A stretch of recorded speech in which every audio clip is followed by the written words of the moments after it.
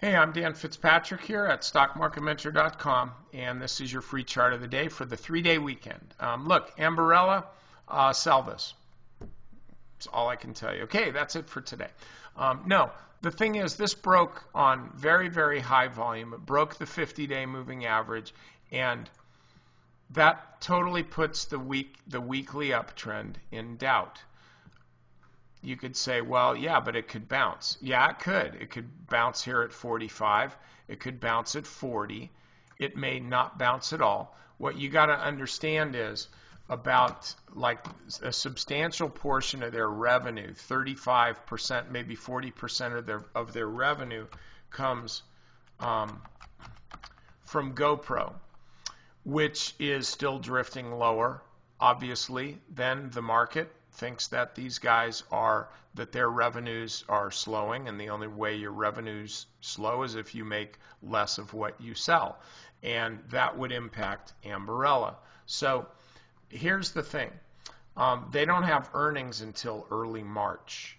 So there's your catalyst in early March. It's February. I'm doing this on Friday. It's February 13th. What are you going to do?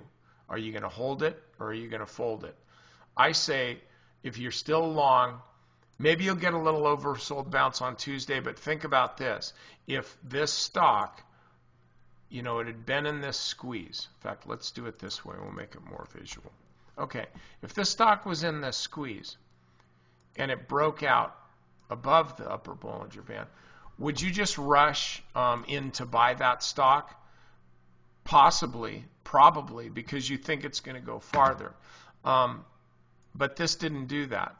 It broke down. So are you going to rush in to buy that stock? No, because the exits are pretty crowded right now. So I would sell this stock, stand aside, and see what happens when it falls to 45 or even 40. Or, frankly, the more prudent thing to do, in my view, there are so many other stocks that are working.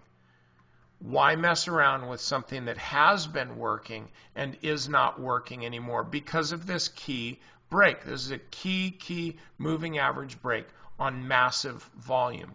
So I would suggest clearing out of this thing and moving on. Okay, members, over to the weekend update.